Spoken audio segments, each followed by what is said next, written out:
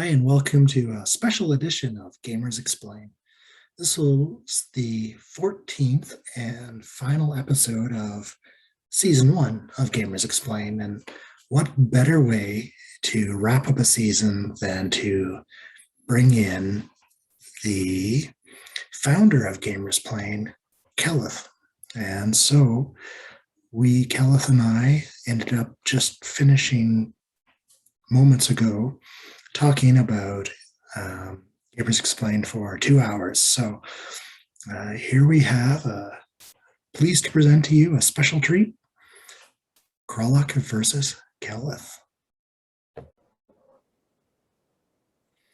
Hi, and welcome to Gamers Explain. I'm Qralloq, and I have with me Keleth. Keleth is the hardworking, dedicated founder of Gamers Explain. And I've watched a couple of interviews that you've done with the number 80 of the Dungeon Masters Block podcast and then the Modifier podcast. And both of those were recorded in 2016, and they're surprisingly relevant today. You just covered great material and asked a lot of questions that I don't think need to be asked again, but I'm going to. So, to tell us a little bit about yourself. You're a software engineer? Yeah, so software engineer. Been working for a while now, over a decade. A couple of different fields, wound up in healthcare for a bit. Most recently, I've been at a fitness company called Mirror. But yeah, I mean, I started software back in 8th grade. I built my first website in 8th grade, which was 25, I don't know. It was a long time ago. So I've always enjoyed programming. And I've always enjoyed like doing my own projects. And that's the core stem of, I think, where Gamers Explain came from. Some 15-ish years ago. Sounds about right. It's been long enough now that I have difficulty determining when it actually was, but right. Yeah. So you said in a prior interview that you started gaming in university and then had some undisclosed terrible incident. So I actually did start in high school. Played my first RPG in, I think it was freshman year or sophomore year of high school. So sometime around 15-ish. It was in college where, so separated from my high school friends, was missing RPGs, and I decided to try out the local RPG club at my university. Had an extremely, extremely poor first experience that was just basically like the epitome of stereotypes about our folk. And big smelly guys. The GM was a large gentleman who smelled like he hadn't bathed in a while. The thing that I always remember is he had a giant bucket of, so I didn't have dice at this time. He had a giant bucket of dice, and I said like, hey, I don't have dice. Is it okay if I borrow? And like, he gingerly picked out one set of dice for me to use. And I'm just thinking, in contrast to every other social game I've had since, where it's like, oh, you don't have dice? Here's a handful, that more than you possibly roll ever. That's how most people are, I think. Yeah. I tend to find the RPG community, for the most part, is very friendly, very social. We do have our outliers, like every community does, and this gentleman happened to be one of them. I would also think it's really funny if he actually wound up on Gamers Explain at some point and like unknowingly is this person I keep talking about on interviews. I've considered that a couple of times, but but yeah, it was a poor experience. I left like 5 minutes in with the excuse of I'm going to the bathroom, and then I just left the student center altogether. Went back to my dorm and was like, I don't think I want to do this again. Yeah. I already have bad social anxiety as it is. That was not a great first experience for me. I used to play World of Warcraft a lot. And one of the things you do in a pickup game is like you'd be running a dungeon with just random people is, they Yeah, just be terrible, right? And he's like, oh, my connection's breaking up. Disconnect, right? I I got in the habit of killing my Wi-Fi. Yeah. Because if my Wi-Fi dies, I play League of Legends, and back when the client was much worse, I would kill my internet because the client can't tell the difference between a local internet dying and the actual internet dying. And so there were times where I'm like, this game is not going to go anywhere rather than waste my time. Now they've added like timeouts when you quit a game, so I can't get away with that anymore. But back in the day, it's just like, oh no, I timed out. I'll wait the couple of minutes for the game to expire, and then I'll start a new game. Yeah, And but mind you, I don't condone it, but there are times where I'm like, I'm an adult. I don't have 50 minutes to waste. Like, yeah, this is the direction I'm going in. yeah, but going to the bathroom and just keep going, that's an early solution too. Yeah, yeah, this was, yeah, I just basically stepped out, and if it wasn't going to be going to the bathroom, it was going to be something else. Like, the the guy, everyone else at the table was pretty nice. The gentleman running it was not, and I was like, nah, just like I said, I already had social anxiety about like stepping up to the game in the first place. Um, and so when it just kind of went downhill, and I admit I had a really good group in high school, and so when this just didn't work, I was like, I never understood the stigma against gamers until that exact point, basically. Yeah, yeah. All of a sudden, I'm like, oh, okay, I see where people get this attitude from. Yeah. So you left the university gaming club and you later tried a play-by-post site and again had another suboptimal experience. Yes. I can't remember the name of it. I know the site is still alive because a couple years ago, or at least was as of a couple years ago, because I did check it out again. But yeah, I played on a play-by-post site, joined a game, had again a terrible GM who basically like was just, he was extremely stringent, and to the point where like, all right, so as a person who's DM'd plenty of times and will continue doing so through the rest of my life, there's a time when players need to die, or characters need to die. Let me clarify. Important distinction. But I always feel like character death should serve a purpose. Like, a character being removed from a game is a monumental, impactful event that should further the game. And if it doesn't further the game, then it's just a GM getting their rocks off.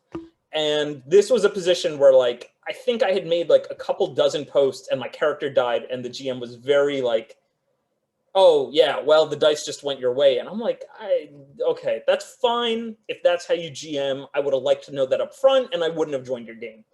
And that's kind of what reminded me of the fact that the thing I loved most about gaming with my friends was the friends part. Like, the gaming is fantastic, but like, we could have been doing anything together and it would have been fun.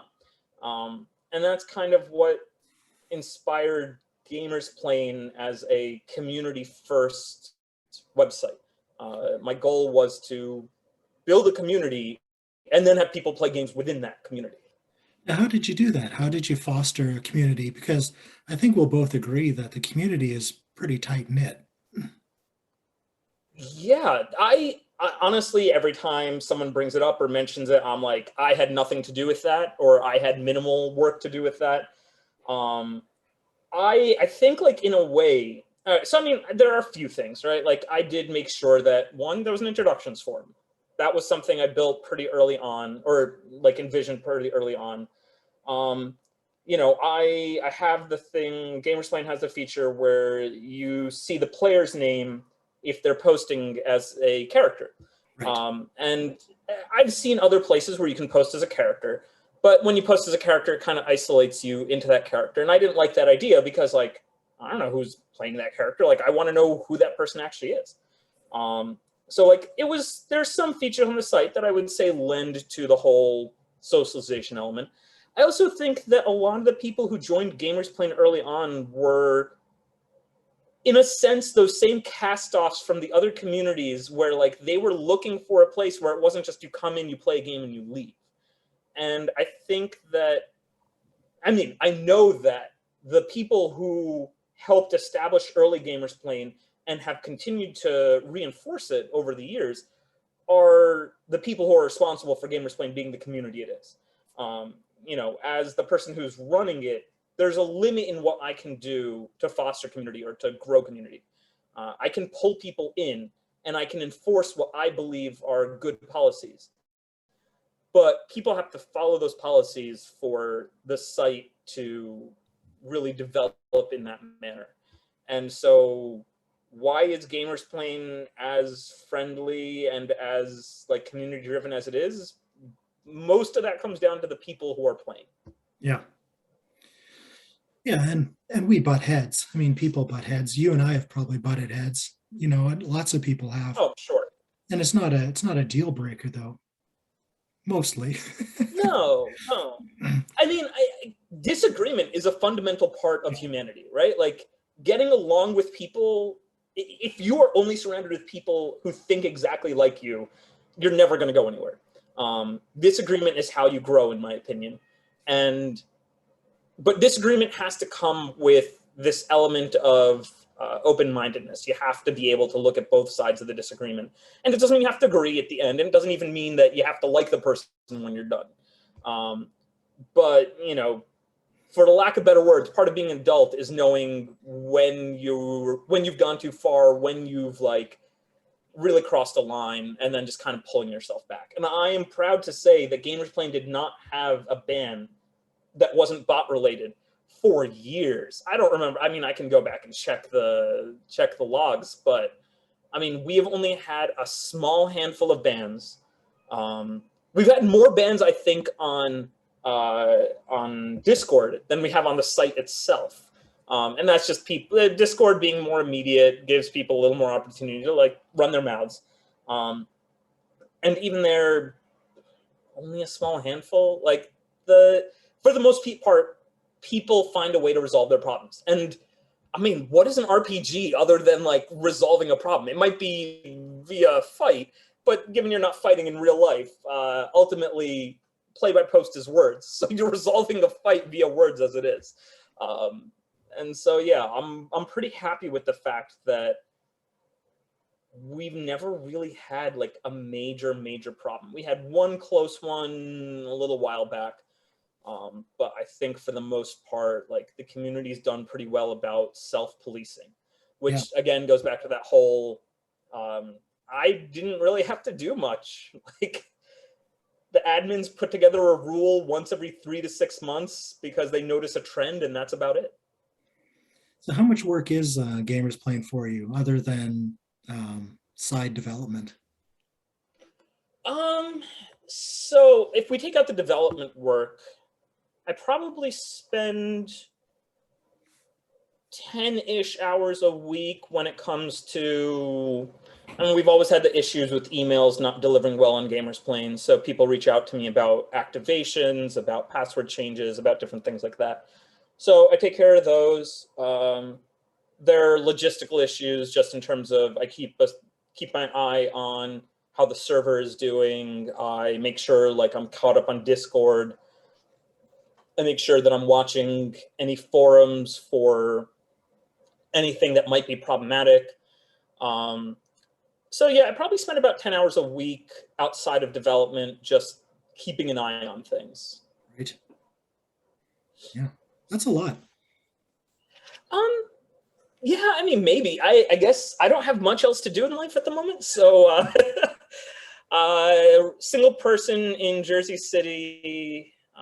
There's, I mean, especially right now with things relatively on lockdown, and you know, my social anxiety was bad in high school and college. It's not much better now, which I will say is something that every time I speak to someone at a con, they're surprised about, but that doesn't make it any less true in my opinion. Yeah, but like, so I spend a lot of time at home, so spending some time working on GamersPlane stuff is a nice way to cap off the evening. You used to be in a hiking club. Maybe that was back in your last town. Have you? Not a club, but I had a close group of friends who we used to go hiking pretty regularly, every couple of months, basically, through spring through fall. Okay. Now I'm at a point where most of my friends are married, at least one kid, and so it definitely changes the dynamic on what they do in their free time. Um, I am attempting to kind of get over, or at least push through some of that social anxiety and like instigate instigate's not the right word, initiate more things on my own rather than necessarily have someone else do so. So yeah, this summer was a little tougher, obviously with COVID around, but the hope is I found a local gaming club that has either weekly or bi-weekly game nights. Actually, as we speak right now, they're holding one. So the next one they host, I'm going to try to attend. I've never had that. I've never dropped in to play to game. I know Paizo and Wizards of the Coast have really promoted that, and even back in the '90s, TSR promoted Yeah. regular gaming groups that you could host, and they had special rules. But I've never dropped in on those. Yeah, I've done Paizos, and I believe I've done Wizards at cons. I find that they're, because of the way the rules are done and because of the way character generation is done, it's much easier to just hop into one. And the nice thing is your character carries over into any other game you go to. Yeah. So I like that. It doesn't have the flair that I look for in RPGs, so I don't typically like love those. So I used it actually the first time I played Pathfinder was at one of those.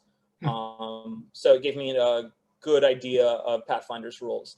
I played a wizard one because it was just kind of like I had extra time at a con, and I was like, all right, I don't know what else I want to do at this time. I'd rather play something than nothing. The one that's happening local to me is actually a board game one. I haven't seen one for RPGs locally, which is tough. But I've also, again, the last year has been tough. I've seen a lot of meetup groups that would have otherwise been doing RPGs or board games fall apart. And I think that's another thing that reestablishing is going to take a little bit of time. And that's always been a huge issue. Like going back to the '90s and early 2000s, we routinely would talk with people, our friends, and like, well, how do you find a game? It's like, there's no way, there's no good way. We tried. Yeah, that's a definite tough one, because the other part about finding a game is, like I said before, a game is as much about the people playing as the game you're playing. Some people only like one system. Some people prefer like very tight to the rules. Some are like theater of the mind, minis. There's so many different ways to play an RPG, and the community relative to population is so small that finding that game is difficult. And there is one feature that I had always hoped to put in the Gamers Plane that I'm hoping the version 2 will see, is I wanted to put together kind of like a Google Maps for game groups. So like you can go in, you can plug in where your game group is, and you can find people that are playing in a 25-mile area or something like that. It turned out to be a lot more complicated than I initially envisioned, and my knowledge level at the last time I was looking at it was not high enough to be able to implement it. I'm much better off now than I was back then, and so I'm hoping that once the version 2 is done and is in a solid place, I'll be in a better place to implement something where it's like, oh, I want to find RPG players who play D&D rules light. Okay, well, here's the closest one. Or I want to find a convention. Like, I've seen so many online spreadsheets of conventions that are just out of date. But then also, like, it'll say this convention in this state or like in this city. And I'm like, I have no idea where that is. I have no idea how far that is. Like, that means very little to me. So why has someone not put it on like a searchable Google Maps yet? I guess it's for the same reasons I haven't. And so, yeah, at some point, that'd be a cool feature to build. It would, yeah, for sure. Part of we talked about years ago was using Gamers Plane as a non-play-by-post nexus, right? Yeah. Some of the forums are about finding games, but some of them are about, let's discuss videos or pen and paper RPGs and stuff like that. And Yeah, to some I extent, have noticed that since we put together the Discord, we've lost a little bit of conversation on the site. And I know recently people, like, since we kind of became actively aware of it, people are pushing conversations back to the forums, which is great. And I mean, on the other side, I actually do know there are a couple of games that are not play-by-post, that are actually real-life games where people are using GamersPlane as their repository and their long-term tracking for their game, which I also think is really cool. Yeah. I once was going to start a 3rd edition D&D game. This is somewhat recently. And I suggested that everybody just make GamersPlane character sheets. Just put it all there, and then we could just view it, right? I could review it in advance of, instead of having session 0 just getting together. Now, it turned out at that time the 3.5 version of the character sheet wasn't working properly, so so that didn't that point. yeah, there are bugs that I've created over time. But it's a collection of tools that we can use in many different ways, right? Yeah. And I think, like, that's, I think it was recently pointed out to me how the character library was not what I initially envisioned it to be. And I think because it's kind of been, it's kind of like a repeating cycle, because people weren't really using it, because it really wasn't what I thought it was. So people weren't using it. So it strayed further from what I thought it was. And, definitely that's definitely a major feature that I would like to overhaul, because, like you said, I think that that's a really useful thing for people to have both online and offline. Like, if you could just copy someone's character sheet, for example, and then change the stats or change the things that you wanted. Maybe someone has a really great NPC idea. I know right now the whole, like, what counts as an NPC isn't really very viable, but definitely there was someone suggested at one point having, like, a mini sheet for NPCs, where it's just kind of like name, base stats, and, like, maybe items, or just like a description box. And so, like, to quickly be able to use NPCs, imagine if you could share those around. Like, there's definitely a lot of stuff that I think people can use both online and offline. But I think one thing that's come up is I'm very much a perfectionist, and I've fallen many a time into the programmers must be perfect ideology, where something doesn't release until it is done. And as I think everyone in life learns, nothing is ever done. Everything is just done enough. Yeah. GamersPlane wouldn't exist if I hadn't come to that conclusion years ago. And I'm also actively trying to make sure that as I build stuff, it's built for the online use. And then, like, if it ends up being used for offline, that's great. Or if there's small things I can do to adjust it, that's great too. But right now I need to be focusing on making sure GamersPlane is as good a play-by-post website as I can make it. And then if I can build that out stronger, there'll be room to build out non-play-by-post stuff. Right. So you spoke on Discord a little bit today that you're thinking your version 2 of the site is in the several months down the road, 6 months, something like that, maybe, without tying you down to a date. But yeah. My understanding is that a lot of it's going to be just back-end changes, optimization, that sort of thing. What else are you expecting to see, that would the user see in version 2? Yeah, it's actually going to be a complete overhaul. It has nothing to do with version 1 from a code perspective. Everything from the version 1 perspective is features, right? Like, so I posted about how I'm looking for a design group to help me reskin the site. I don't think the current site design is too bad, but Adam has pointed out, and I think it's accurate, that it could definitely use tweaking, being brought up a little bit in the last decade. But in general, my goal, so the current version of the site is basically a monstrous amalgamation of 2 technologies, PHP and Angular, AngularJS, for anyone techie who's listening.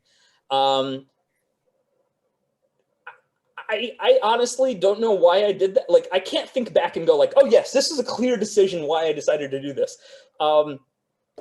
Great decision at the time, horrible decision in hindsight. And so one of the big things is the site is like 10 years old now, or at least the base code is. And so it's high time for it to match modern technologies.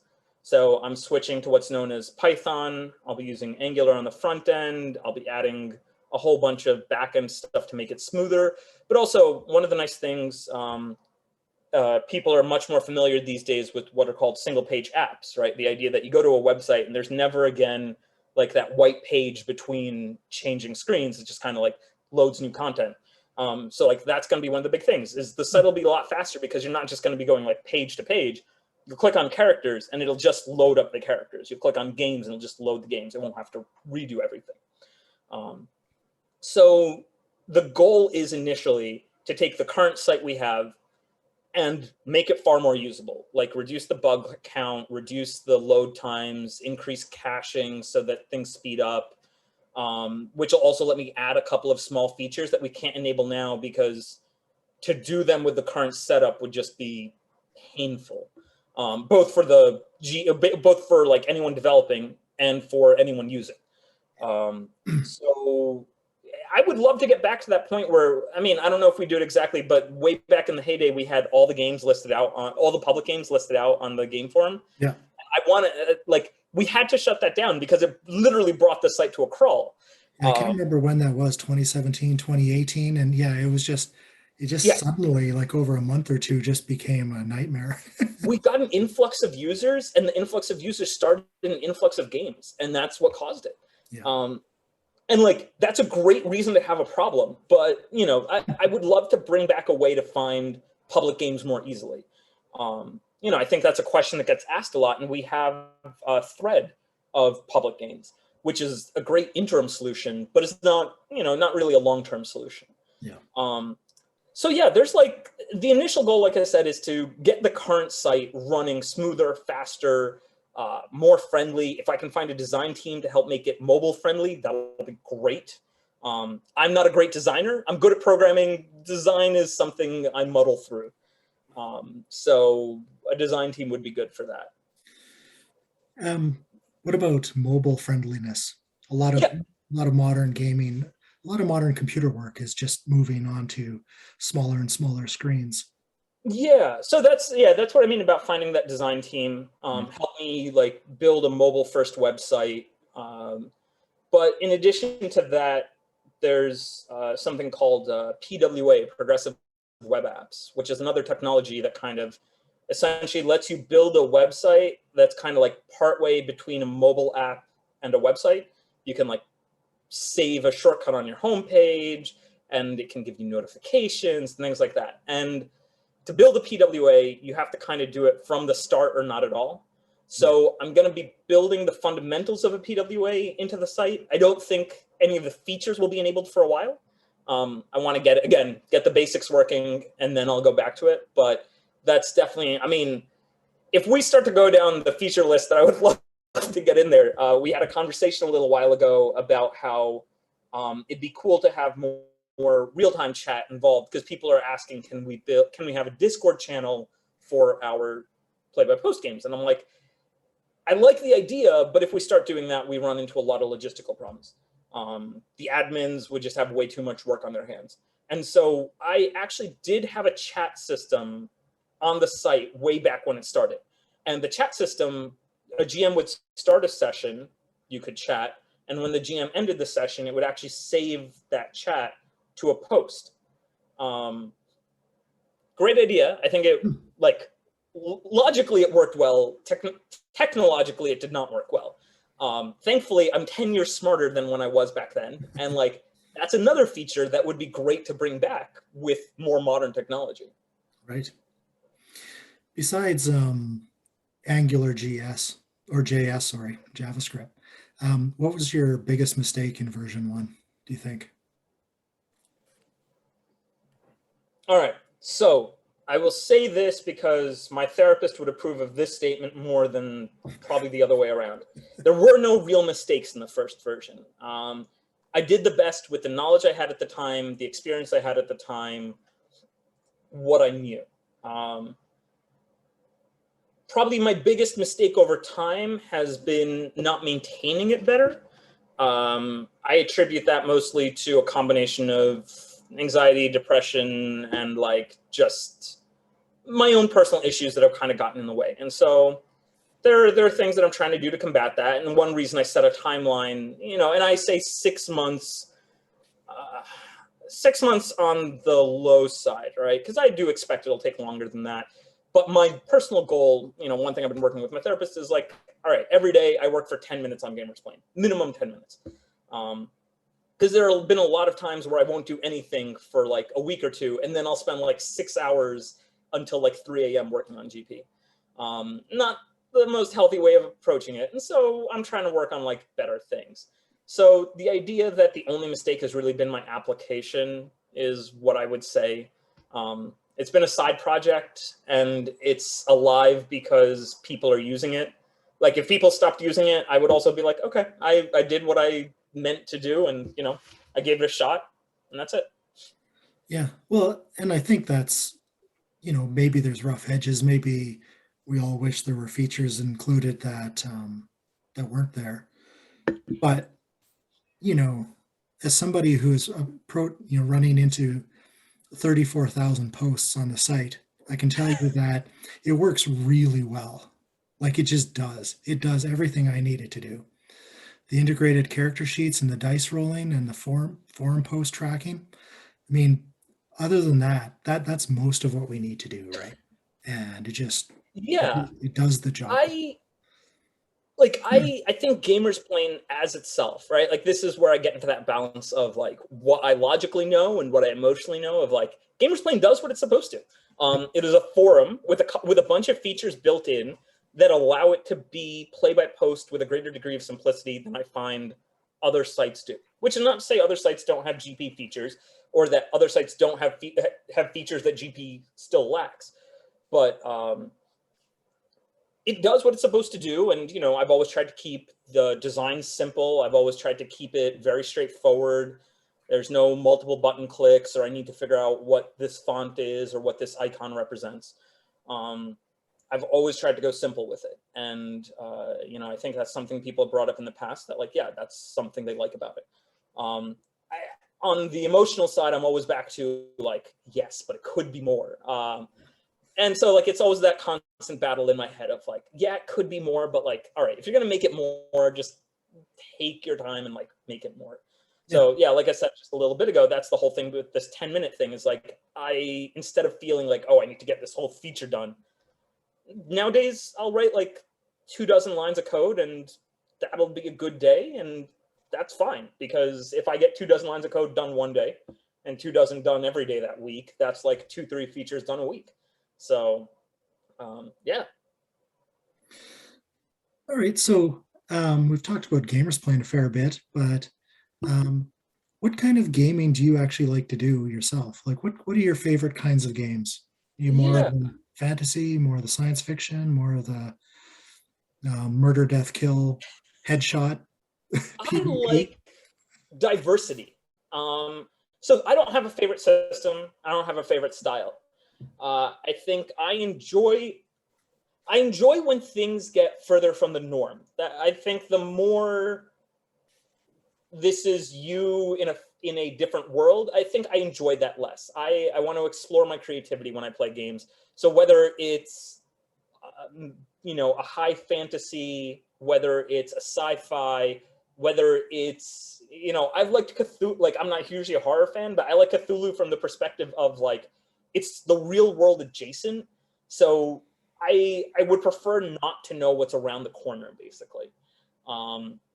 So in terms of style, that's kind of what I prefer. I'm not super heavy on rules, but I do like crunchy, meaning I don't necessarily feel abided to follow the rules all the time, but I like that there are rules there to follow should I want to. But I think like as a player and as a GM, it's really important to just go, nah, I don't care about this one right now, and like we're just gonna ignore it. So yeah, I like trying a lot of different things. I mean, actually, can't see it in here, but like the top left and the top right are just like RPG books of no particular style. Let's see, what do I have up here? I have Pathfinder. I have what's your Numenera? I've got Sorcery and Shotgun. I've got a whole bunch that are coming in over Kickstarter. Yeah, I like trying things. Yeah, that's certainly the biggest strength I found with gamers playing is being able to try so many different games. And it isn't just like occasionally it's you make a character, you get a few posts in, and then the game dies. But sometimes, I'm in games like Warhammer Fantasy, which I learned on Gamers Playing that 3 years in to, and I was late into it. I ran a vampire game for 3.5 years. There's a lot of games that do last, and that's an interesting. One thing I might try to throw together maybe this weekend if I have time is the average life of a game on GP. right. Like, and if we filter out like anything that has like under 10 posts or something like that, if we assume that a game is essentially started, how long do games last on average? Because I mean, we all know Playbypost suffers from this thing of people leaving games, of games dying before they complete. And I think like that would be a good statistical representation of like, does Gamers Playing's community help lower that compared to other sites? I mean, obviously I don't have the numbers for other sites, but it'd be interesting to see. I think I might just like dive into the database and try to find that out. Yeah, it's interesting to you have a question like that and you can look it up, or Yeah. or write a complicated series of SQL queries that. Yeah, basically. Yeah, this is like already the technologist in my brain is going like, okay, what tables I'm going to need to find? Okay, if I'm going to remove this and add that. And I will hold off on that, because if I do that now, my brain's just going to go in a whole different direction. So I've been asking people randomly if they watch sports or played sports, or how do you land on the sports question? So I'm not a big follower of organized sports. I enjoy sports, again, mostly for social reasons. I love the Super Bowl. Not because I ever care or know what team is on it, but because a Super Bowl party is a fun time with a bunch of friends. So I don't really follow any teams. I don't really follow anything like that. But I've been, prior to COVID, I was fencing for 3 or so years. I need to get back into shape because I've definitely put on weight over COVID, and start that back up. I also rock climb. And I guess since that is in the Olympics now, we can call that a sport. I've competed in rock climbing as well previously. But yeah, I enjoy watching and playing sports to spend time with people more than I do a sport itself. Yeah. Even fencing. Like I'm pretty sure I stayed in fencing because my club was very social. And that was a big draw for me. Yeah. Well, that's interesting. I was on a rugby team for a number of years, and it was very social. It was a beer team. Like we just got drunk and occasionally played rugby.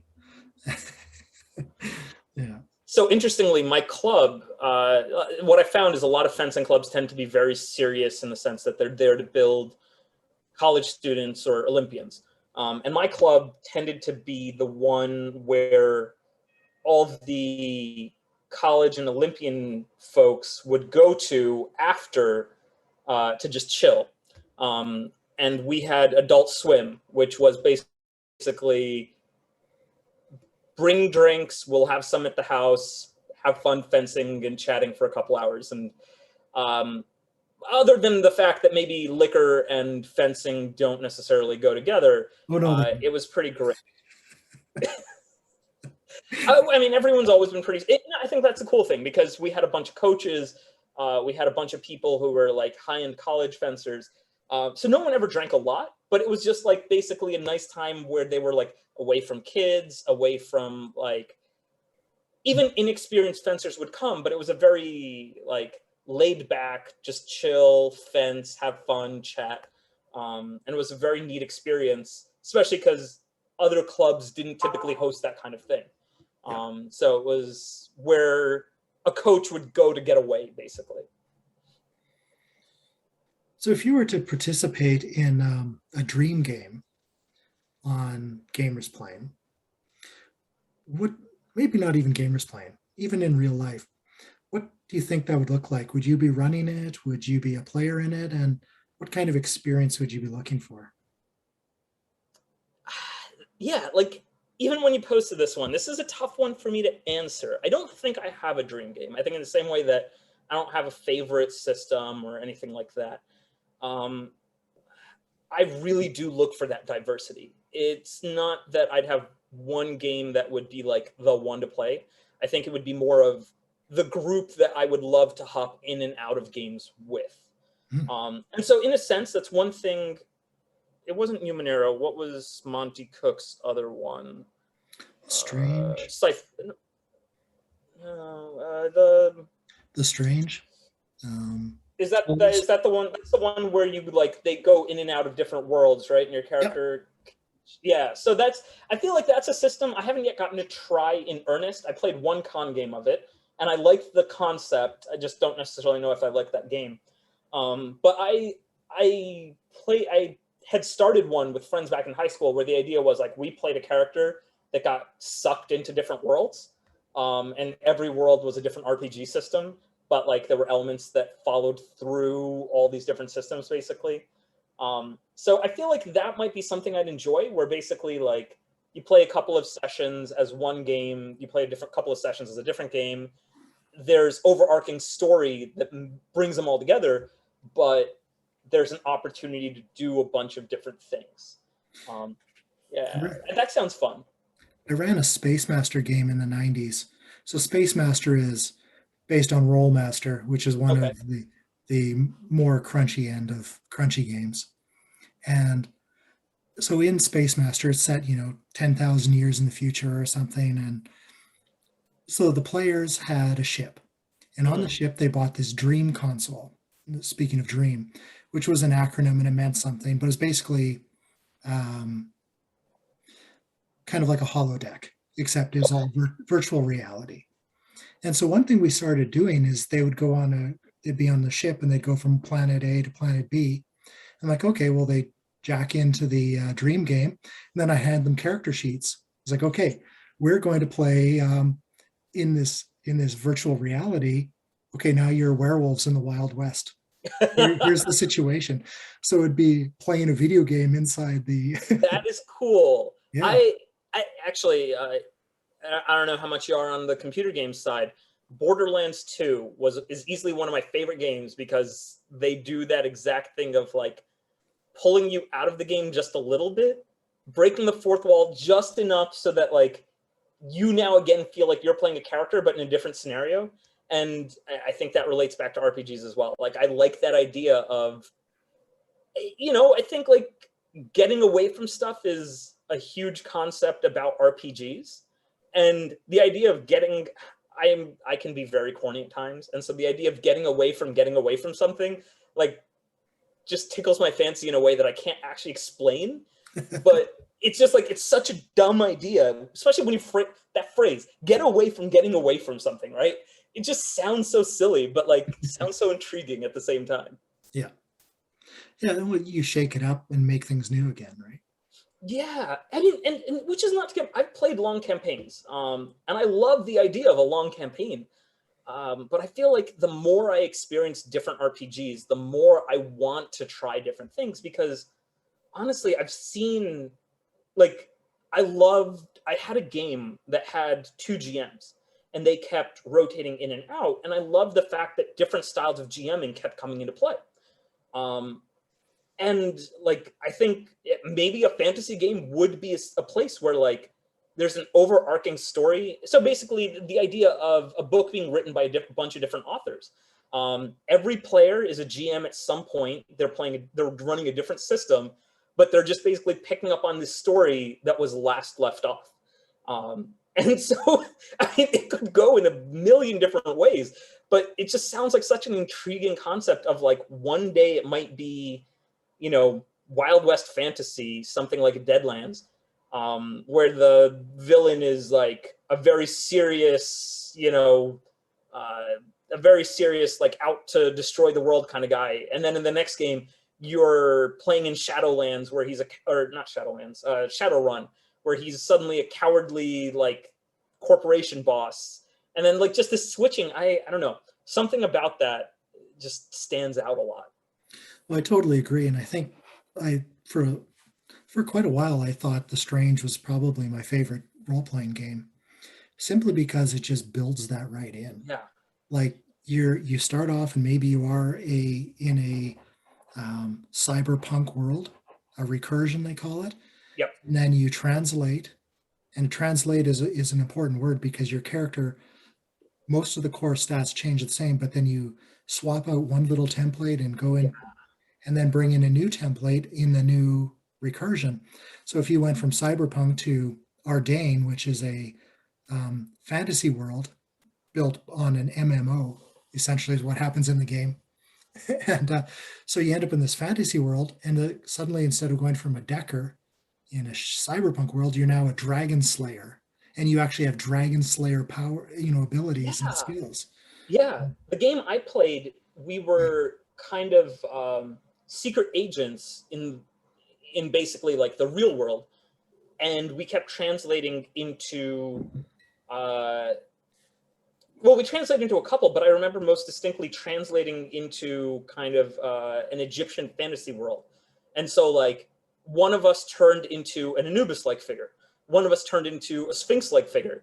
My stats went from being like, oh, I am a information gathering specialist to like, now I carry a giant staff that I hit people with. Like, it was just such a fun concept. And so like, yeah, I mean, that might, I keep talking about I need to get more involved in the day-to-day of gamers playing. And maybe I should see next time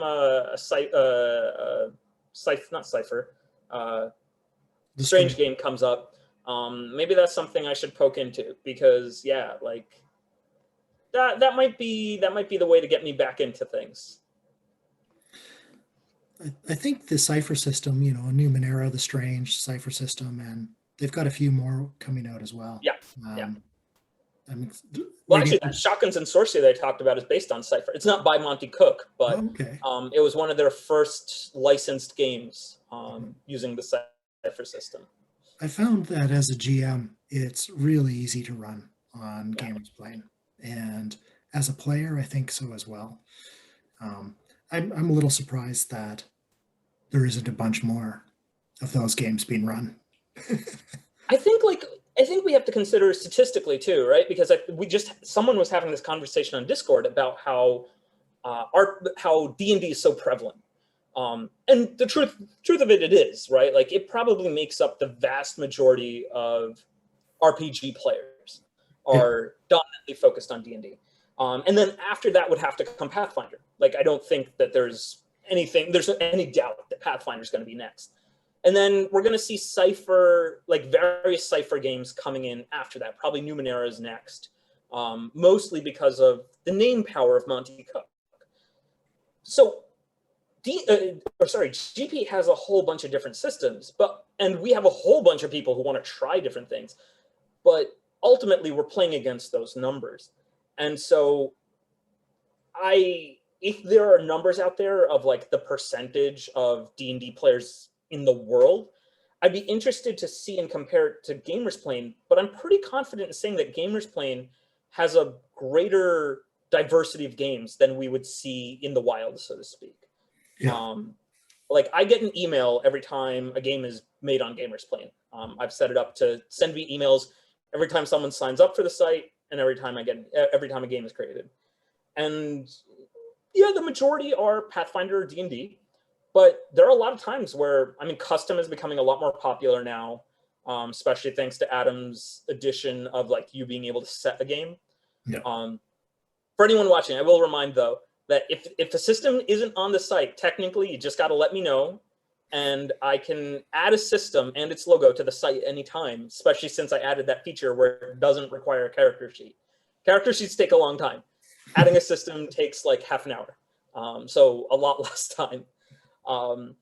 But yeah, like we're seeing a greater diversity of games in the recent past than I think we've seen, and I love that. Like, I love the idea that there's a lot more going on, in part because, well, I like diversity, and in part because, honestly, someone will point out when GamersPlane is missing something that diversity needs and that I need to add.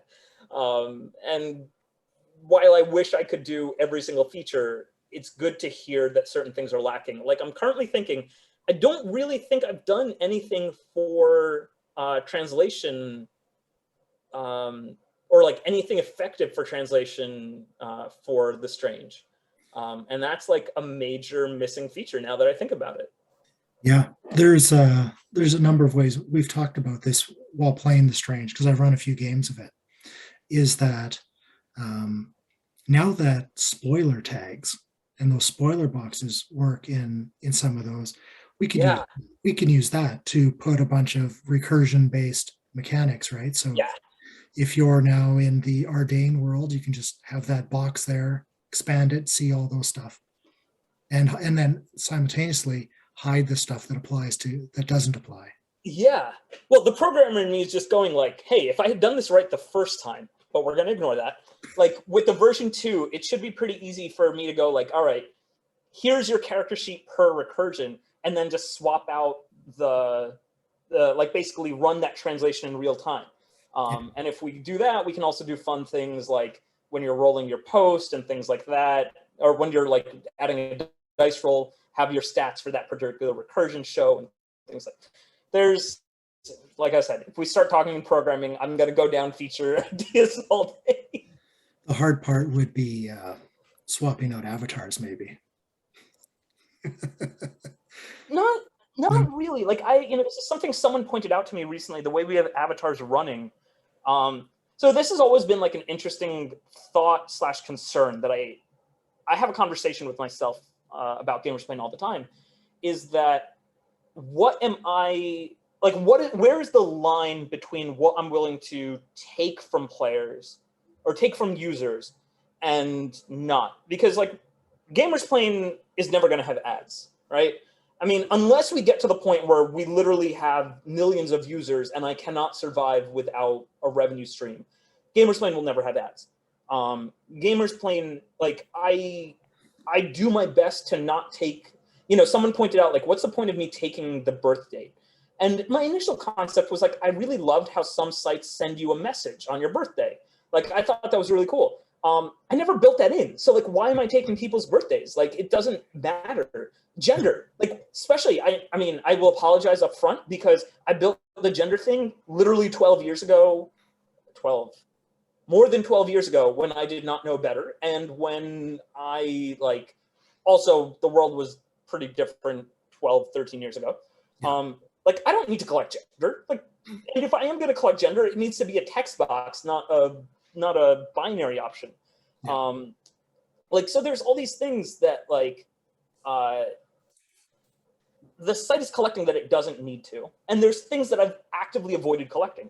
But for example, I can collect avatars, and like I can give people the option to make those avatars usable by other people. Like, have that avatar library almost. Yeah. And so we could have a system where you want a recursion, that's fine. You have a different recursion or a different avatar per recursion, and like you can either upload your own or set it into a system. Right now it is one per character sheet, like you said, problematic, but it's something that's resolvable by like, if I re-architect the way we look at the site, right? And that's where this V2 kind of comes in, because there's a whole bunch of stuff that I'm going to get rid of for the V2 because it doesn't make sense right now. It doesn't make sense from the way the site works. But also there's stuff I can add that's just small usability stuff. Like I said, if I'm going to have gender, I'm just going to make it a text box. Most likely I'm going to remove it altogether. But like, I'm at a point where like initially I had age because I was worried about the legal implications of people under a certain age joining the site. I admit I still don't know. I should probably hire a lawyer at some point to help me go over all of that stuff. But like, until I need to, I should just collect like the month and the date. Like, I have no need for the year, basically. But yeah, like there are a whole bunch of things where it's like, I can probably get more from the users on the site, but I also want to be mindful of the fact that, I don't want to be a intrusive, like I'm gathering all your data kind of thing. I just want to get enough that we can improve the site, and that's it. Yeah. I know I've got a fake birthday in there. I'm sure a lot of people do. Like, what's the point of what is the point of it? It doesn't make any difference. I wasn't really born on January 1st. And honestly, like I said, if it covers legal implications, I'm happy with that as it is. If 90% of our users are born January 1st, like 1960, I'm all right with that. I don't care. So what do you think is the number one feature that people have requested that you have no intention of building? Ooh, no intention is, I don't even know if there's a feature that I have no intention of building. I try to keep an open mind about every feature. Like, I will say that I initially was like, I don't really see a dark mode being anywhere up on my list of features to add, officially speaking. And then Adam built it into the V1, and I was like, I don't know if I'm going to carry this in the V2. And like, the more I thought about it, I'm like, the only reason I'm saying no to this is because I don't personally like mode switches. I have holdouts about things. And, I think it's something I try to do in my personal life as well. It's like, things should not be held back due to personal conflicts, right? I might not be using dark mode, but people are using dark mode, and there are things they like about dark mode. So maybe the question I should be asking is, what is it that I would want to see in dark mode? So I'm trying to think of any feature that I'm like, no, like absolutely not. Like, the only things I can think of are like, when people are like, oh, you should offer this thing if people donate. And I'm like, nah, like the most, I will say, I would at some point, I think it'd be nice, especially now that like in the recent past, I've seen donations increase. It'd be nice to have like a banner or like a marker or like something to thank people for donating. But I also don't think that should give them more on the site functionally. It should just be like a thank you, a credit, a bonus. A badge, yeah. Yeah, a badge. Like, or if we ever get like emojis, maybe they get like a special donor emoji, right? Like, nothing that like, oh, you get to have 10 character sheets while everyone else gets 5. No, nothing. You kidding me? Like, no, it'll just be the only feature that I will actively not consider is one that restricts people, one that hurts people, like actively putting in a feature that basically separates people. Right. Like, even, yeah, I can't think of one. I can't think of one that I would like. I can't think of a reasonable request someone would make where I'd be like, no, that's never happening. Yeah. I tend to think I'm a pretty reasonable guy when it comes to most of these. Yeah. Well, some of them are, I think you've hit on some of them though, like ones that make divisions within the community. For example, when we were discussing of ways of handling, the couple users that seem to have created a number of games and then disappear, smoke bomb, and then they're just gone, right? Yeah. And the players are left stranded. And I don't think that was a huge deal, but it was very frustrating. Yeah. But so one of the ways people came up with that is like, well, maybe let's not let people start games until they have 10 posts, or maybe we don't let people do something until they've proven themselves in some way. And I thought that I was against that, just philosophically. A game started up just yesterday, I think, or maybe today, and I'm like, well, I don't recognize these people. So I looked at them. I was like, oh, the GM joined today. Oh, and 8 other people joined, and they all joined today. So somebody in their real life created a game, invited all their friends over, and why would we make them jump through hoops just to start a game? Yeah. And that happens. The only one that I've considered in that space, which I think actually makes a lot of sense, is when someone signs up and they activate their account, I think it'd be good to have like the rules, some of the rules we've listed, as well as like Here are things to consider and follow now that you're joining this community. Click this checkbox to activate your account. Like, that I think is a reasonable request to make, in the same way that 90% of people are going to check the box and skip it. But I think that by having that there, we've placed something in that at least makes people aware of what we're hoping, what we're expecting of them. And I think as a web developer, I'm constantly faced by, what was it? I remember reading something about like a park ranger commenting how you'd be surprised at the overlap between the dumbest people and the smartest bears. And I think that on the web, that is extremely prevalent. I would love to do a thing where like, you must prove you are being honest by creating a game. Like, I can't do that. Like, someone's going to like create a game and then forget about it, or create an account and then, I think we had this, someone in admin pointed out how there was a game created by someone 4 years ago who has 0 posts. And I'm like, oh, okay. So yeah, they probably just forgot about it and they're coming back. And unfortunately, the problem you're going to have with Playbypost and with websites is people are going to join and people are going to leave.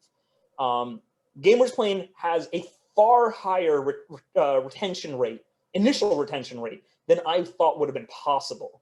Like, most big sites are like, we kept 2 to 3% of signups. This is great. Like, we keep a fair number of our signups for at least a couple of months. And then people realize maybe Playbypost isn't for them. Maybe they didn't find a game that's right for them. And that's a whole separate issue, right? Like, that's a tough topic for anyone to tackle. But I think the community on GP does pretty well addressing those concerns. And there are things I'm technologically limited by. Like, I'm glad I found that whole thing about how to limit fake email addresses. Yep. But yeah, like, I think like with V2, I might just dump a little more money into a separate service that'll validate email addresses for me. None of these things are too expensive. They're all like $5, $10, $20 a month. But it's when you add like 10 of them that it starts to build up. Yeah. So yeah. So what do you think, as you're looking into the future in V2 and V9, what do you think is the future of Playbypost gaming? I think it's the evolution of Playbypost, right? Like, I've read stories about how the first Playbypost was literally playing by mail. And I think like, A, wow. And 2, B, like, all right, we're a little past that age. So I think it's about continuing to evolve Playbypost while retaining the core of what makes Playbypost interesting and different. Because we could turn GamersPlane into a video site. We could integrate Google onto there and have a Google Meet that you create and you play your games all in real time. Like, but that's not Playbypost. Playbypost is essentially asynchronous at its core.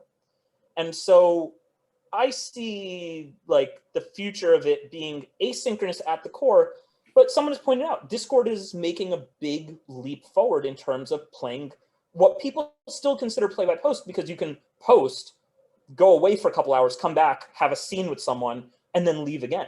Yeah.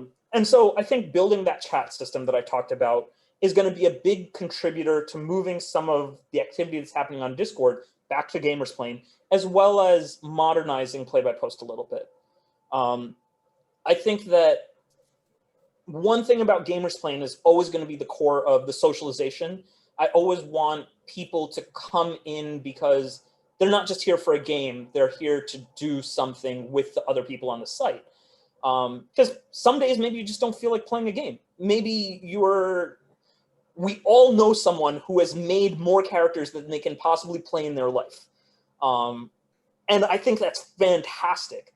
And I think like one would be building a feature where like building out the library feature and building out the character generation better so that people can just do the thing that they want to do on the site while adding back to the community, right? Like, I've always been really big about like, if you want to advertise, I'm okay with that. Like, as long as your goal isn't to actively take people away from GamersPlane, I think the community should grow by people sharing things, exposing things, I try to retweet stuff. I mean, I have like some 2,500 followers, not a huge amount, but like at the same time, that's better than someone with 100. I can retweet stuff by clicking one button. Why not?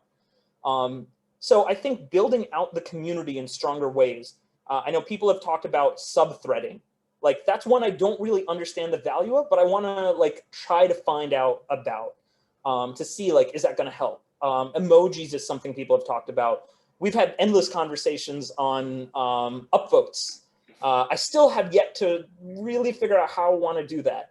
Gamification, gamifying a game, really. Like that's another consideration of like, all right, how do we do that and make it interesting but still fair? So I think it's trying to figure out what is next in Play-by-Post, which, you know, I think is when I first started Gamersplain, the idea was Play-by-Post is a certain way right now. I'm not really happy with it. I assume other people aren't happy with it. Let me try to do something. I think it's the same thing for the next version, or maybe not the next version, but the next evolution is what is missing in Play-by-Post that people want?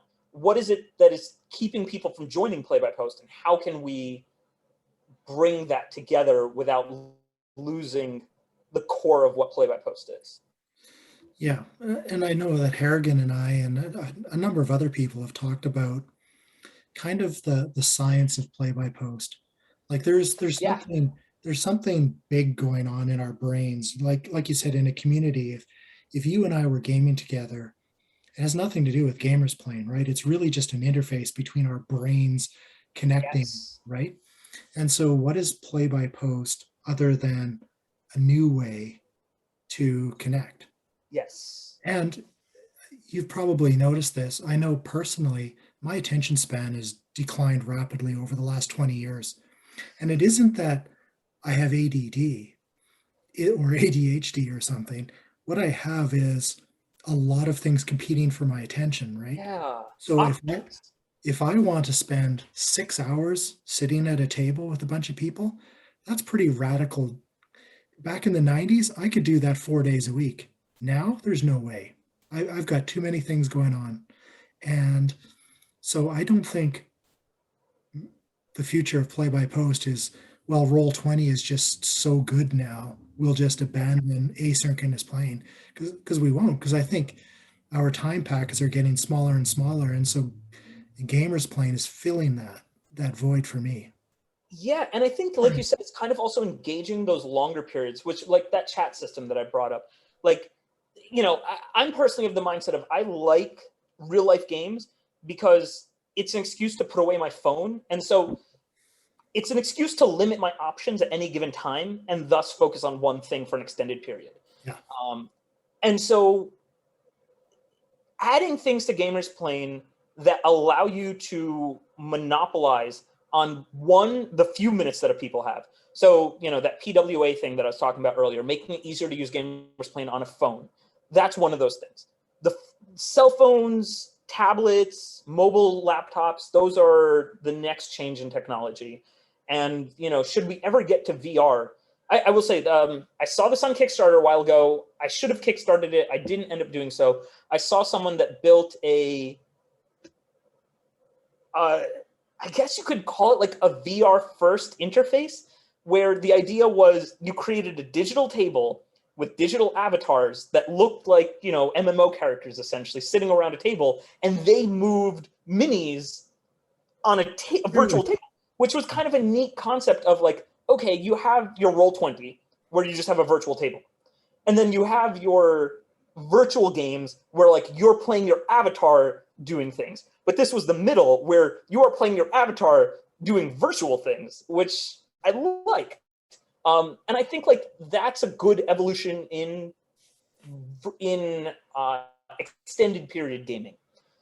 What is the equivalent of that in asynchronous gaming? And so, like I said, chat, I think, is one of those things. I think Gamersplain needs notifications. That I think is going to be one of those things. Oh, I have 30 seconds. Someone just posted. Let me respond. I'm not sure what else it is. And honestly, I think it's the community that's going to tell me what it is, and then I'm just going to build it. Like He'll come out of I left can't field. talk to people. Like I can gamers.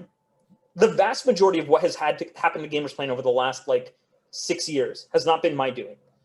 You know, I say this constantly on the forums and on Discord. Gamers Plane, I started Gamers Plane, but Gamers Plane isn't my site. Gamers Plane is like all the users' site. I'm just the guy that's kind of like continuing it on, like, I'm basically like the most stable component of it in a sense that like when people say, we need this feature, I'm like, oh yeah, I never thought of that. That's a really good point. I don't know how many times like someone's been like, hey, can you do this? And I'm like, yeah, I don't know why I didn't in the first place. Like that makes perfect sense now that you've said it. I just never thought of it.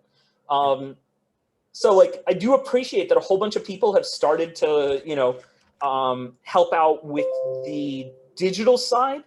We have Adam, who has been doing a lot.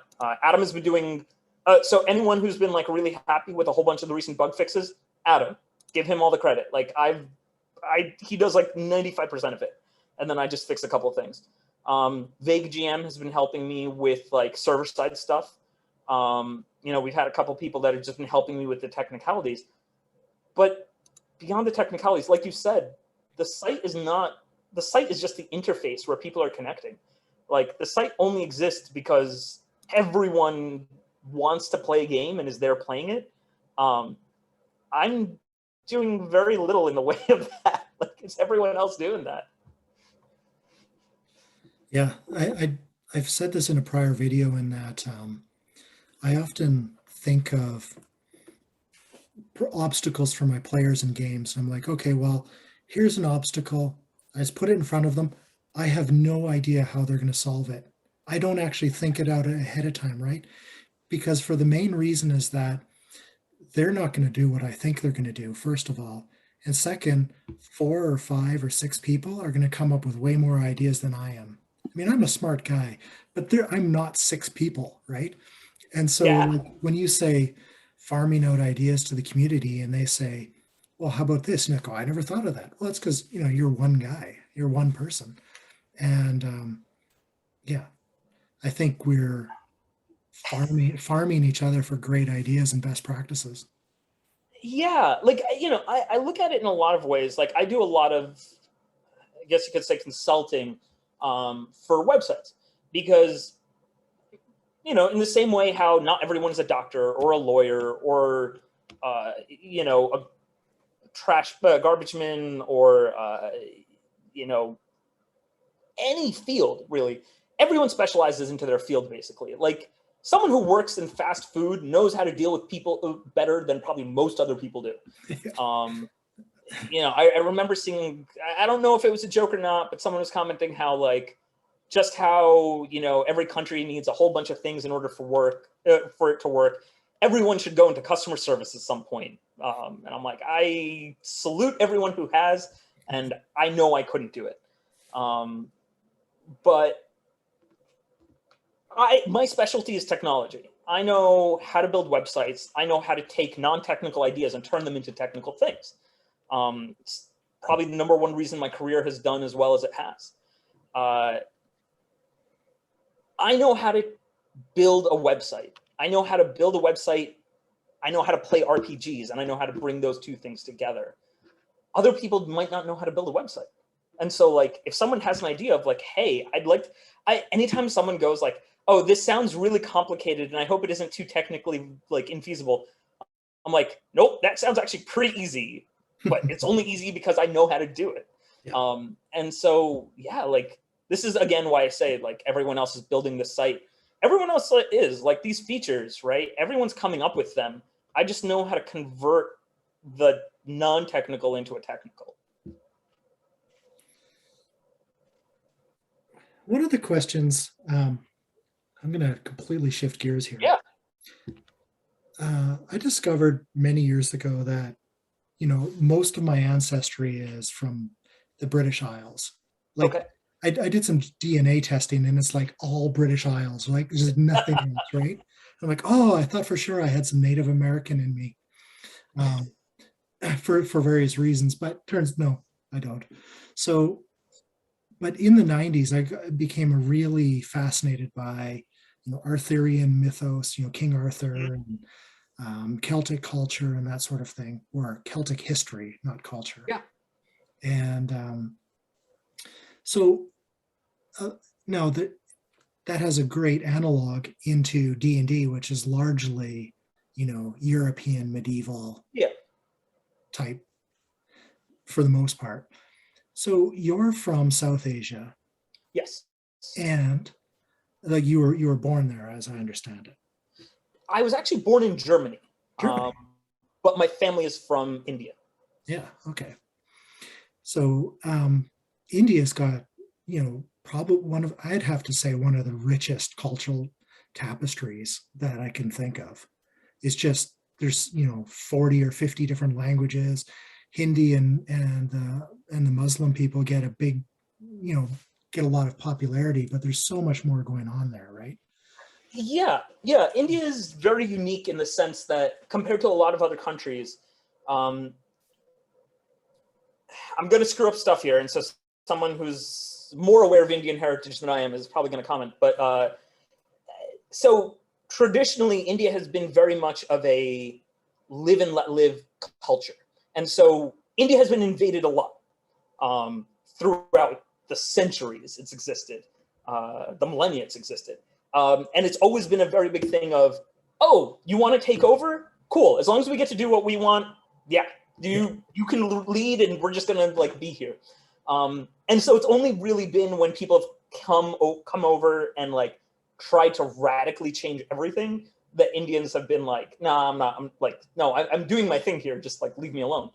And so it's kind of led to this thing, and with the geography, it's led to this thing where like, oh, someone invaded North India. Well, they brought elements of their culture in. Oh, someone came into the South. Well, now there's elements of that culture here. And so everything has evolved in a way where like two villages that are near each other but not close can diverge radically.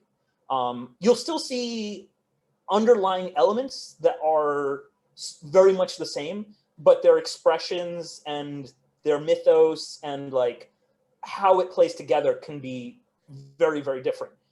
Even to your point, languages, right? India actually has hundreds of languages because two villages can diverge significantly with enough time between them. I think alluding to where you're getting to, two of the most interesting projects I've seen in Kickstarter in a long time. One was an African RPG. It was an RPG based on traditional African mythos. I found that absolutely fascinating. I don't know if it's been released yet, and if it has, I need to find it. Another was an attempt, and I don't know if it ever actually came through, was an attempt at Indian mythos, an Indian mythos RPG. And I know there was an Indian mythos board game that happened recently. I didn't end up kickstarting it. It didn't seem like my style, but I loved the game. I'm super fascinated by playing in mythos from different cultures. Like you brought up Celtic. I love like the mythology, the more traditional mythology from like the Irish side, from the Welsh side. I think it's very different from, like you said, the Arthurian kind of ideas. In the same way, Russian history. Oh gosh, like Russian mythos is so wild. I think it's fascinating. The idea of a genie from European culture versus the original djinn, right? Like, I'm never going to be the person to make the Indian RPG, but I love the idea of it.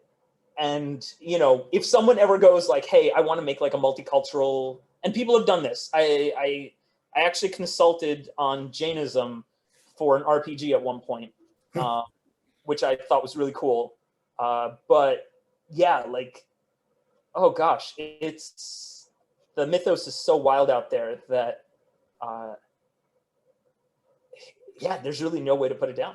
Yeah, well, and that's the interesting thing is one of my longstanding goals has been to play a North American First Nations game. Right now, where this goes off the rails is there are 500 unique cultures I mean, 500. So how do you say, okay, well, we're going to make a Sioux presence and we're going to make a Lakota presence and we're going to make a, um, you know, and Yeah, then skip everybody else? How do yeah. It's definitely a really tough question, and one that I mean, I can definitely see. And I think from my perspective, right, like, yeah, there are a lot of Indians in North America at this point, but we're still in a sense kind of a minority, especially in the way that Indian culture isn't really represented in the US. We're seeing it a little more now in like music, but I always comment that if you see an Indian person in a movie, odds are they're playing an Arabic terrorist, they're playing a Middle Eastern businessman, or they're playing an Indian IT guy. Like, there are predetermined roles that an Indian person is playing for the most part. And so that seems like when I found out that someone was doing an RPG where a particular group was being inspired by Jainism, and Jainism is probably one of the smallest religions in the world. Like, there can't be more than 12 to 15 million in the world. I was really honored, right? Like, I don't even follow Jainism anymore. It's still a very strong component of my personal being, but I'm not religious anymore. I'm more not. I'm a non-practicing Jain, basically. Now, Jainism is largely about respect for all life, even insect and plant, right? Yeah, A big chunk of it. there are 5 core tenets to Jainism, and all 5 of them revolve around the concept of non-violence. Yeah. And so it's non-violence physically, non-violence mentally, non-violence to others, non-violence to self. Like, you can't get along in the world without, and so like non-violence to others in a sense is respect, right? Because you don't want to hurt people with words or with physical action. Yeah, so that's the core of what Jainism is. And so, yeah, I found out about this culture. Like, this guy was building this RPG, and he wanted this group that they were going to have no warriors. They were going to have no combat ability, essentially, not because they were cowardly or anything like that, which is something that I do see in other places, but like they were choosing non-violence over everything else. And you could make the argument that, well, yeah, there are other Indian cultures they didn't represent and things like that. But like you said, there's so many. How do you represent them all? Yeah. And I don't think you can. And I think it's more about how do you do right by them? And if you're choosing to bring elements of their culture in, don't do it from an external point of view. There are plenty of Indians in RPGs. I don't, like every time I go to a convention and I see Indians, I'm like, yes, this is great. Every time basically I see non-white folk, I'm like, this is fantastic. Like, I'd love to see more diversity. There's a lot of women-led podcasts out there. I think that's fantastic. I forget the name of it, but there's an Asians in RPGs, in tabletop RPGs podcast, which I think is really cool. I think that when you're representing a culture other than your own, it's not about, oh, how do I get the diversity in there? Because we could go that same way, right? Like, are the French really represented much in RPGs as French? I don't think so. Are the French represented in there in the sense that we see how, so I know that a lot of French combat methodology revolved around polearms. And so, like, we see polearms. We see the idea of, like, how the French would play in medieval fantasy. In the same way, if you want to do something that revolves around, like, Southern or Southeast Asian culture, you're not going to be able to do Gujaratis and Tamils and, Maharashtrians and all the different groups. But what you might be able to do is, like, okay, right, so in South India, there's a lot of fish. So let's have them focus around water. Okay, so these groups are going to focus around water. And, they're going to wear this kind of jewelry and this kind of clothing. And then, we're also, I like the idea that Punjabi folk do this. So we're also going to add this element in there. And it's not so much like, how do I take every group, but it's more like, how do I do right by the fact that these groups exist and they're different? Yeah. Yeah, no, there's a Kickstarter that I'm waiting for delivery on called Coyote and Crow. Yeah. Now they are all actually Native American designers, and Yeah. in Canada we call them First Nations rather than Native Yes. Americans. Getting more popular in the US as well, First Nation.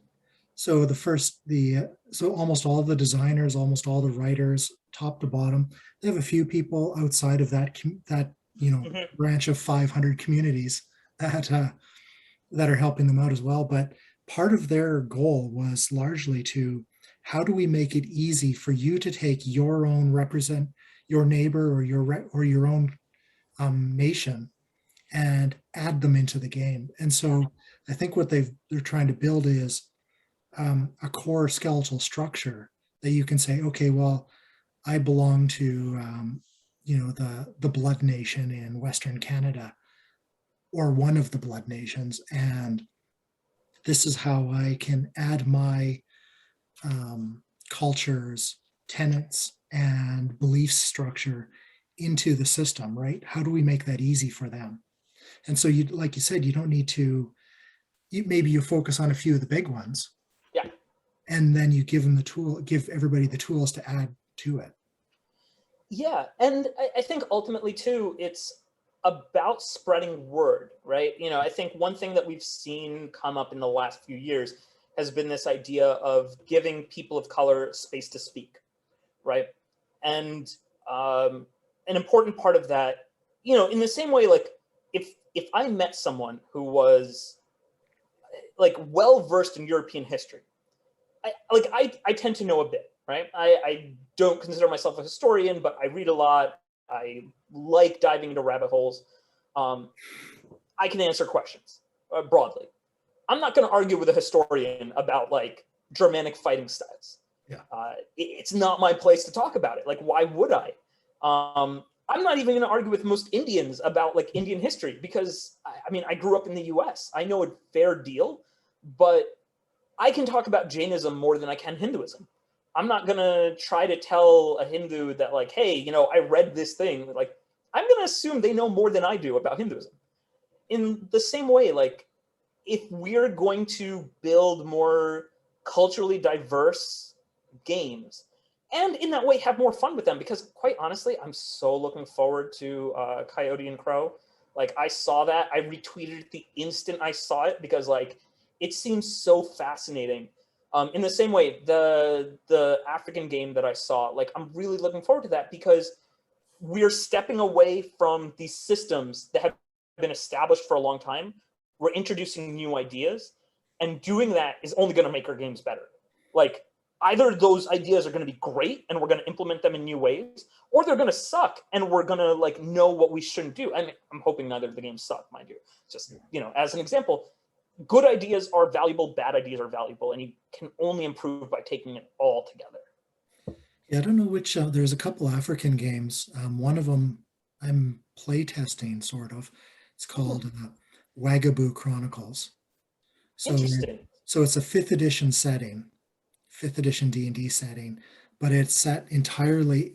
What it actually is they're building an MMO, and as on the side of it, they're like, well, we also play tabletop games. Let's build everything we can in order to make I this like that. gameable in fifth edition. And so, um, so the adventure book, which is like 150 pages long, a lot of it is just, okay, here's different ways to think of cultures. And so instead of a barbarian, we'll have, here's a different name. And so they took all the features and said, okay, let's make African themed variants and here's our sources of where we're coming from in our cultures. Yeah. Here's like 8 or 9 different cultures in a family that we've liberally taken from in order to populate this new culture. I like that. Yeah. Like, it kind of reminds me of when people ask me questions about Jainism, and I give the Hindi word, and I go, the closest thing I can translate it to is this, right?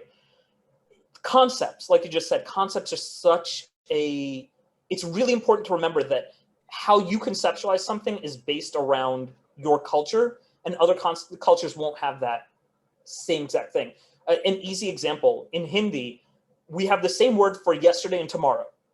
You know which one you're talking about by the context that you use it in. But I find it really fascinating that the same word is used for yesterday and tomorrow, and you have to consider, how did that come about?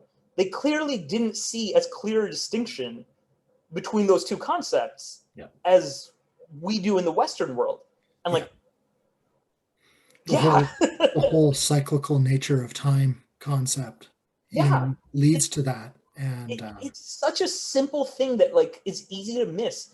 But I think, you know, like you said, sometimes you have to step away from how you see an idea, and you have to consider how someone else is seeing that idea in order to really implement it in a way that's honest to who they are. Yeah. Well, we've gone like an hour and a half. It's been a fantastic conversation, honestly. Like, I've loved it. Yeah, I'm surprised how often these just, you know. I really do have to get around to starting that podcast idea that I keep tossing around, because it's much the same as what you're talking about now. Like, it's so easy to fall into conversation with people and just like hear their viewpoints and like go back and forth. And it's fantastic. Thank you so much for like having set this up too. Yeah, and you used the term imposter syndrome on Discord today, and I own that term, right? And but I'm not weighed down by it, right? So one of my core beliefs into this Gamers exPlane channel is that I'm going to start this. No, but I'm just kicking the ball forward. And I hope that people that have actual talent and you know, and really, you know, strong video editing skills and what have you, take this, because I don't think there's any Playbypost podcasts out there. Maybe there are. I don't listen to podcasts. People have tried to turn Playbyposts into actual plays. Those so far that I've seen haven't really gone too far. But this is the first of this style that I've seen. Yeah. And I mean, I think thanks to Gamers exPlane, I've seen my fair share of a lot of different styles of podcast, videocast, streams. You know, this idea of interviewing people from the site is, I think, very unique. And honestly, like you're talking, you know, talking about how like someone with more skill, I'm like, nah, you know what? Like, this is something I think that I've also learned over time, is you get the skill by doing it. Yeah. And I think you've done a fantastic job so far in all of yours. Yeah. One thing that I've really glad that people, you know, that leapt onto is this idea that we can talk about things of interest to us about Playbypost gaming. Like, let's sit down and talk really hard about what systems seem to really work well in Playbypost and which ones are more of a struggle. And and I've tried to keep it positive. And I think that's partially your influence, which has led to an influence on Gamers exPlane, and then on to me, is that as long as we build and not tear down, everything seems to be a lot more fun to involve in. Yeah. Honestly, like I think growing up in Jainism, I strongly believe, you know, I know there's a Western version of this story, but there's the blind man and the elephant, right? The idea that everyone sees something in a different way. Jainism has a word for that, anakantvad. The idea that everyone has a different viewpoint, and you can't understand the world until you understand their viewpoints as well. Which is not to say you have to agree with everyone. It's not to say that you have to like fall into that viewpoint. But we, especially as gamers, I think are in the unique situation of we step into different roles quite readily and quite easily. And sure, we all have our favorite roles to play. but very few people are like, I am never going to go away from this one particular thing that I do. I think everyone is always looking for a change. And so we as gamers have the unique opportunity to influence that change within our community and take that change outside of our community as well. And so, yeah, like I'm super grateful every time I talk about GamersPlane that the community has built up in a way that has been positive, that I don't remember who the admins were at this time, and I'm sure they will remember. I'm sure some of them will remember me having to make my first ban was like the feature didn't exist. We had someone, and I was like, crap, we can't let this person stay on the site. I have to build a ban feature. And this was years into the site, right? I love the fact that it took years before I had to build a ban feature. Yeah. I love the fact that people have been positive and, understanding of my limitations with the site and everything else. And, I've said it before. Everyone has always just like commented against it, but I will continue to say, like, I am thankful for everyone having understood what has gone into building the site. The fact that it is not where we'd all want it to be, but that it is where it can be.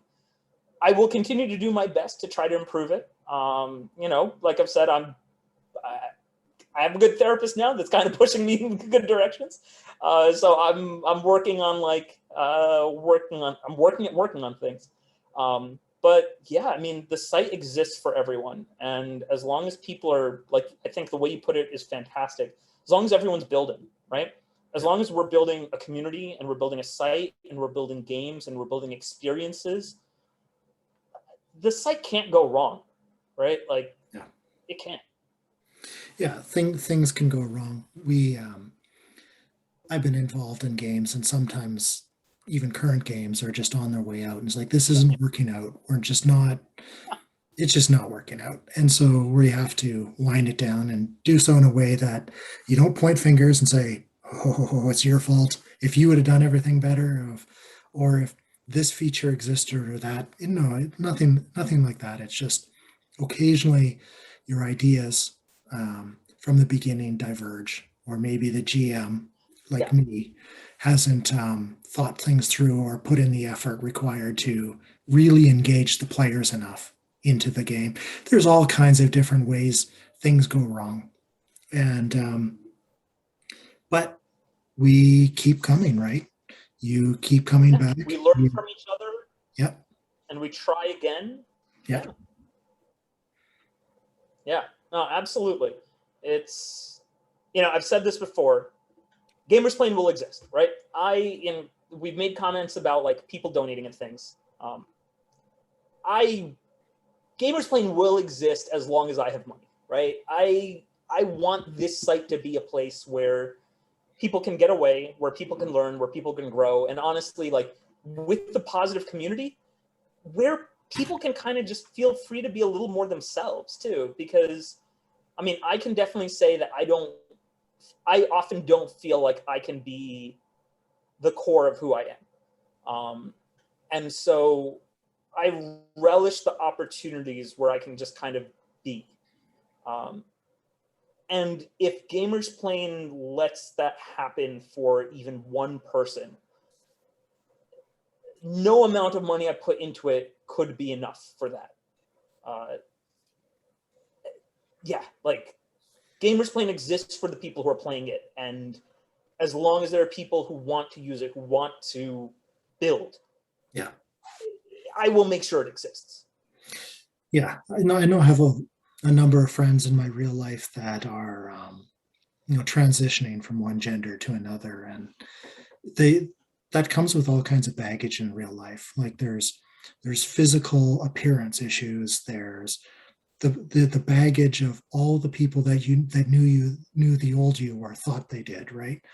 And one of the huge things on GamersPlane that I've really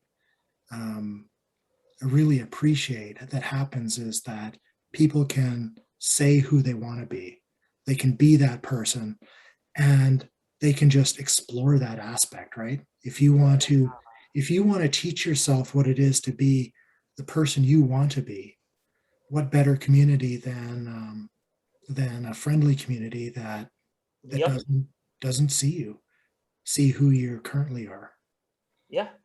Yeah. That's like, I think that's a great thing virtually. And like I said, I think that's one of those things that we as gamers can take out of our virtual environments. And I love that cons are so accepting as well. Yeah. At least for the most part, I hope. At least the cons I go to. And like, yeah, if someone needs to, this came up on the admins, like sometimes someone just needs to make a new account because they're like, I'm not this person anymore. Yeah. And that's okay. Like everyone should feel free to be who they are when they want to be, as long as what you're doing isn't interfering with someone else's life as well. Yeah. And like, yeah, that's all all I can hope from gamers playing, that it lets people be. Yeah. Well, and that's such a powerful part of that whole meta game, of that whole meta social space that's outside of the game itself, right? It's not anything to do with the code base that you've written, and has nothing to do with really the games that we're creating. It's this meeting of minds through an interface, and yeah, it's pretty Yeah, powerful. I love it. But I think, one of the things that we can touch on again, and we always come back to this idea of community, is that I think if you go to some other sites, Playbypost sites, my understanding is that there isn't really a community. Like, people will create games and maybe you run into people now and again. That's But been my experience too. Yeah. That it's kind of, the games are separated from the community. And when they do have forums and stuff, they aren't directly connected to the games. And that's something like I said earlier, the avatar feature. That's one of the reasons why, like, when you make an avatar or post as an avatar, your character still shows, or your username still shows, because you are your character. You cannot separate a person from their character. yeah. So there's an intense shame culture, not shame, personal responsibility, but through shame as well, is that Yeah. if you misbehave on the internet through an anonymous account, there's no feedback, right? There's no way that this comes back to you. There's no real need to self-mitigate. Whereas by, like you said, attaching your username, which is totally made up, to your character name, which is totally made up, there's a constant, right? There's a constant, so there's a reputation, and that reputation, sometimes it goes off the rails and maybe you need to make a new account. But that reputation, I think it moderates behavior. And to your point, actually, even if you make a new account, if that new account is well behaved, you are a new person. Yep. Right? Like, you can be who you choose to be. And if you choose to be negative online, I honestly believe it comes back, because I think people have less tolerance for it online, thanks to the anonymity.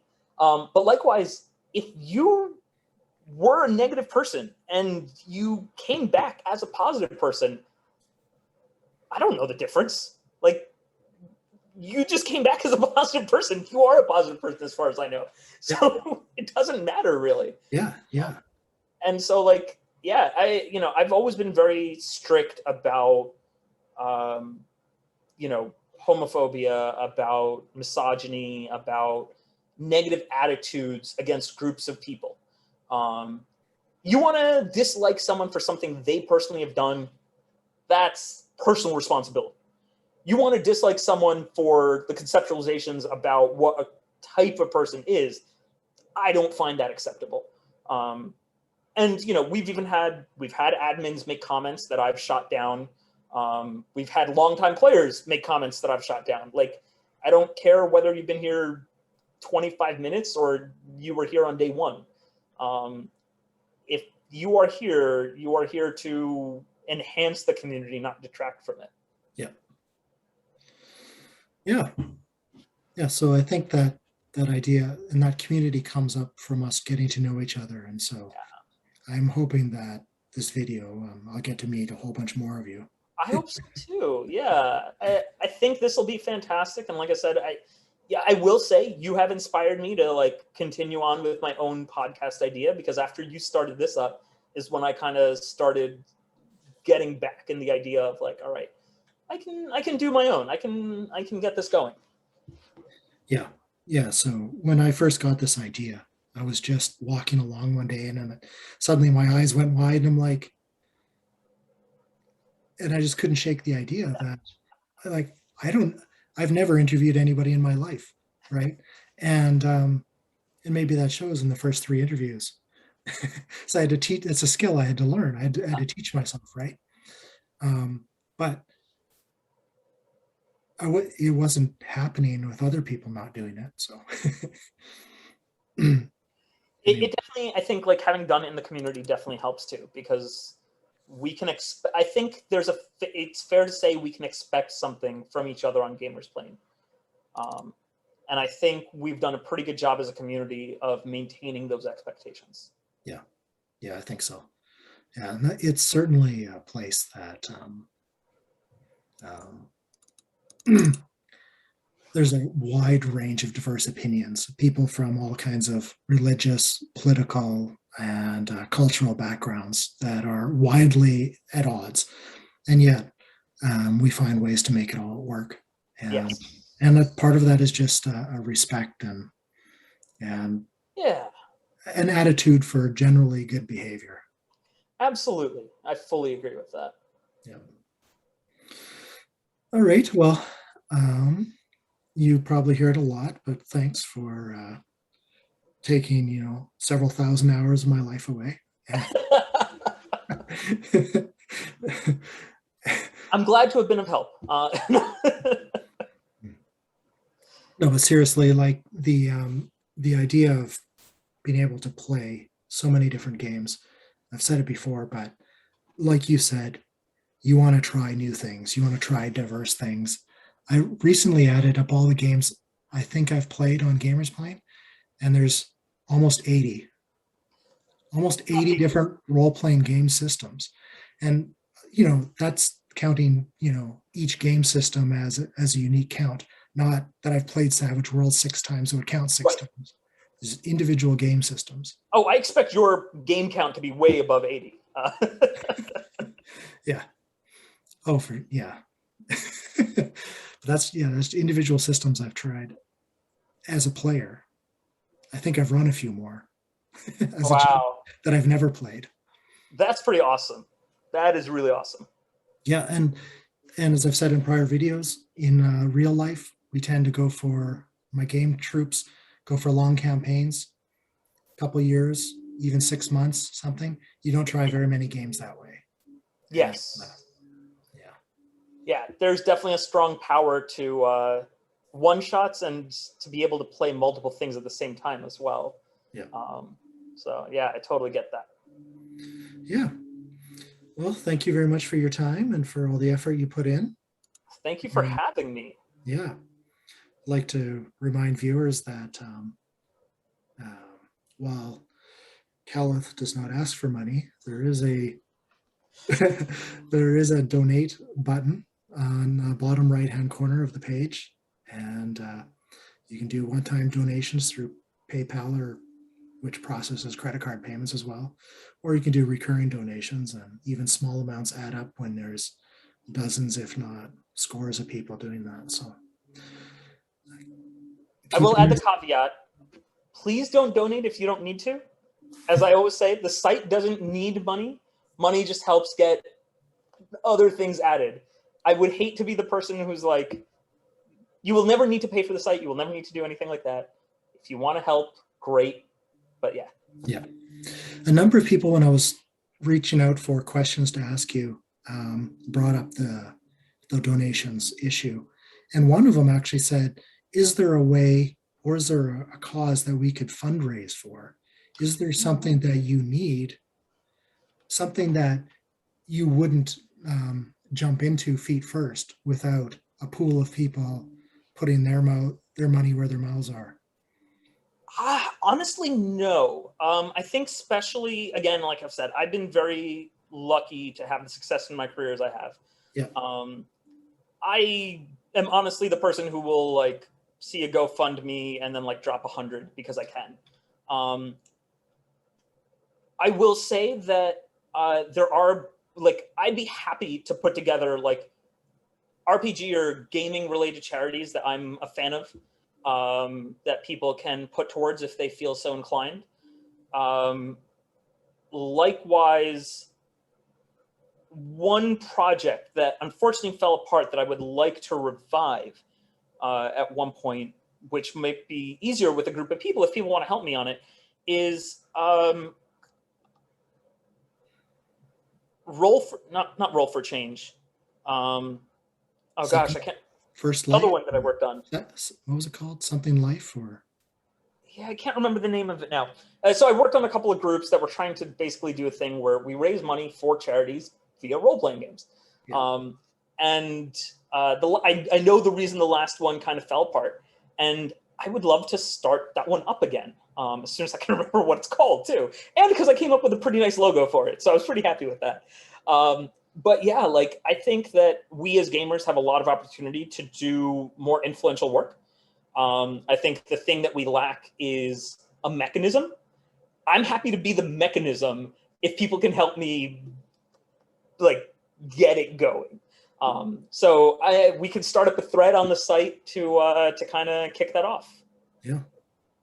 Cool. All right. Well, thanks again for everything you do and for giving me 2 hours of your time. Thanks so much for having me, and I honestly didn't notice 2 hours had passed. So. Yeah. All right. Well, everybody, this has been the season finale of season 1 of Gamers Explain, but I'm sure there's more to come next season, which may start weeks or months from now. Who knows? So thank you, Keleth, for joining me, Qralloq, on Gamers Explain. Well, thank you, Keleth, for joining me today on Gamers Explain. This will be the end of season 1. I don't know what that means. I don't know when season 2 will start. Could probably start next week, but I don't know. I think I'm going to take some time and evaluate what we've done this season. I had some great interviews and we've started some excellent dialogues. And are we going to just do more of that? Are we going to focus more on topics where I revisit old friends and old new friends and have some focused conversations on things that we specifically have an interest? I think I'm leaning more towards that, where there's a lot we could talk about specifically in the details of how Playbypost works, what we're all getting from it, and how do we make it better? How do we improve it? And even better, how do we do things that we haven't thought of about doing before, but maybe someone else has? So thank you, everybody, for joining me on this interesting project that I've come up with. 14 episodes, something like, I have no idea what that is, maybe 16, 20 hours of recorded content, and more than 1,000 views and several hundred hours of people actually watching it, which is pretty amazing. So thanks to everybody that has given me any of your time, and hopefully we can do more of it. Again, this is Qralloq, and this is the end of season 1 of Gamers Explain.